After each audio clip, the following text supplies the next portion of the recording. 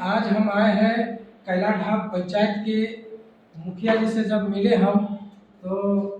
हम रियल बोलिएगा तो समाज सेवा के ओरिजिनल जो होता है ना, मेरे जैसा आदमी मैं भावुक हो गया। और मैं कहा मुखिया जी से कि सर एक छोटा सा बात, मैया सम्मान योजना का जो अभी हाल में एक जो सत्यापन हुआ, उसका जो कार्यशैली हमने पता किया और मुझे जो पता चला, मुखिया जी का जो कार्यशैली रहा, मतलब जो ओरिजिनल जनप्रतिनिधि का जो कार्य होता है ओरिजिनल यहाँ देखने को मिला। ये मुखिया जी के कार्यशैली में हमको देखने के लिए मिला। ओरिजिनल कार्यशैली हम आपको बताते हैं कि मैया सम्मान योजना में इन्होंने क्या किए, क्या कहे हमारे बीच में। थोड़ा सा आप कहिएगा सर। देखिए, हाँ सर ने लिस्ट निकाल दी पूरा। इनका कहना ये था कि जितने भी हमारे गांव में महिलाएं हैं, माँ है, बहन है, सब हमारे अपने हैं और हमें इसलिए चुनते हैं कि मैं उनको इसी दिन के लिए काम आऊँ, ना कि सर कभी उनका बच्चे को नौकरी दे पाएंगे, ना कहीं प्रदेश में या विदेश में जाके जॉब दे पाएंगे। इतना तो कर सकते हैं। अभी मैया सम्मान योजना में किसी माँ बहन को लाइन में खड़ा होने का जरूरत नहीं पड़ा। क्यों? ऐसे जनप्रतिनिधि चुनेंगे तभी गांव का विकास होगा और लोग परेशान नहीं होंगे। अभी बहुत से गांव में, बहुत से पंचायत में हम लोगों ने देखा कि लाइन लगा हुआ है पंचायत भवन में, भीड़ चल रहा है, गर्मी पूरा है, किसी का भी माँ बहन हो इतना परेशान, इतना परेशान। आखिर वो वोट किस दिन के लिए दिए थे? मैं हर एक बात को उठाता हूँ जब अपने पंचायत से कि ये काम जनप्रतिनिधियों का है, क्यों नहीं करते हैं, सब सोए रहते हैं। अभी देखिए हमारे मुखिया जी बताएंगे। सर आप इसको किस तरीके से आप देखिए, किस तरीके से आप हैंडल किए।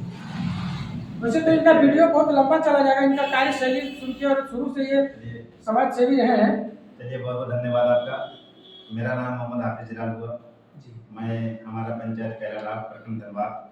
ठीक है, देखिए ये चीज़ जो है मुख्यमंत्री मैया सम्मान योजना का जो सत्यापन हो रहा है, बहुत सारे पंचायतों में क्या हुआ कि उसका आधार कार्ड, बैंक पासबुक, ठीक है, राशन कार्ड और एक तो फॉर्मेट लिया गया जेरेक्स के नाम पर, अब ला करके जमा कर दिया पंचायत सचिवालय में। वो क्या हो गया, वो कचरे का ढेर हो गया, उससे कुछ काम होने वाला नहीं।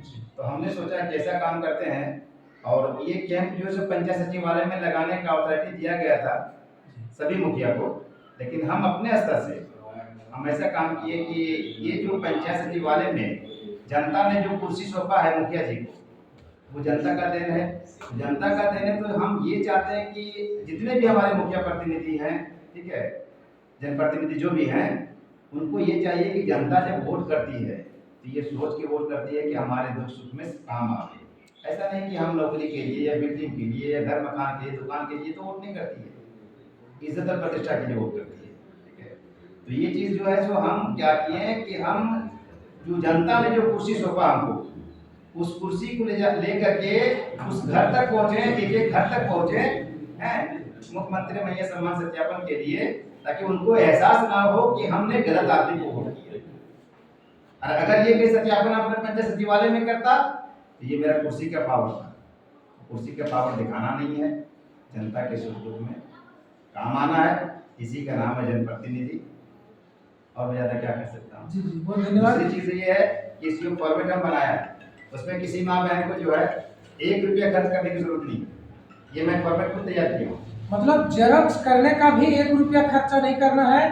मुखिया जी ने ऐसा दिमाग लगाए। और सबसे बड़ी बात है कि माँ बहन किन्हीं का भी हो, लाइन में लगने नहीं दिए, परेशानी से बचाए।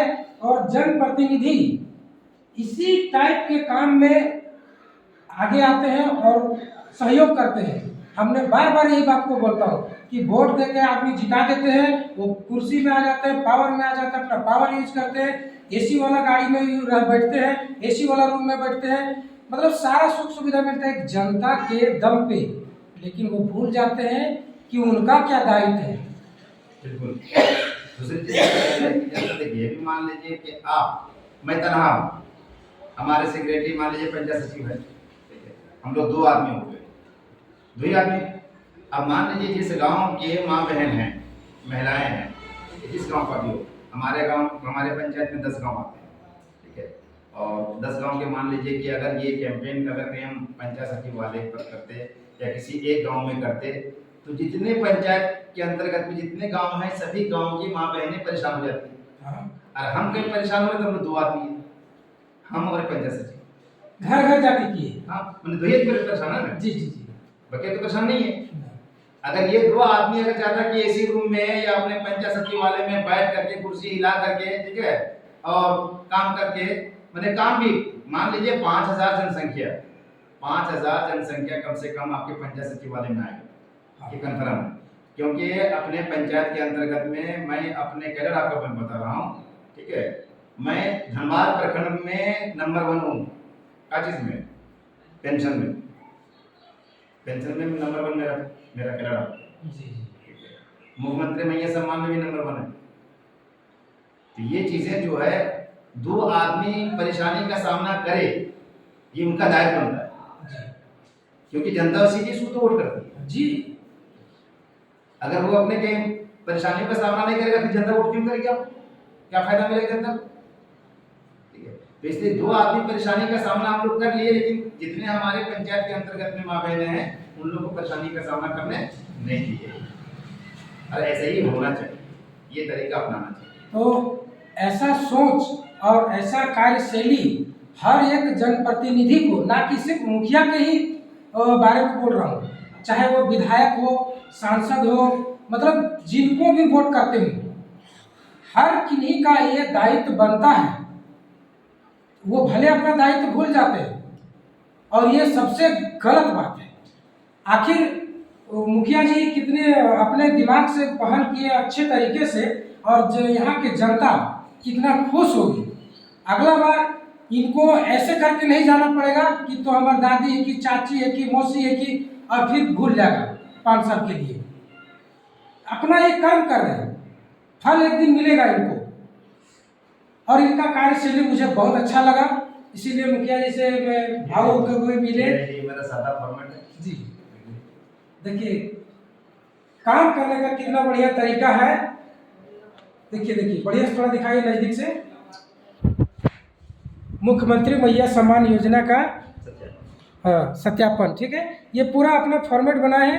कोई महिला का या कोई मतलब कि जो सत्यापन हुआ, किन्हीं को 1 रुपया जेरॉक्स का भी खर्चा नहीं होने दिए। इससे बड़ी बात क्या हो सकती है? और जनप्रतिनिधि को इस तरह से सामने आना चाहिए, ना कि अपना स्वार्थ जिंदगी जीना चाहिए। अगर स्वार्थ जिंदगी जीना है तो राजनीति से इस्तीफा दीजिए।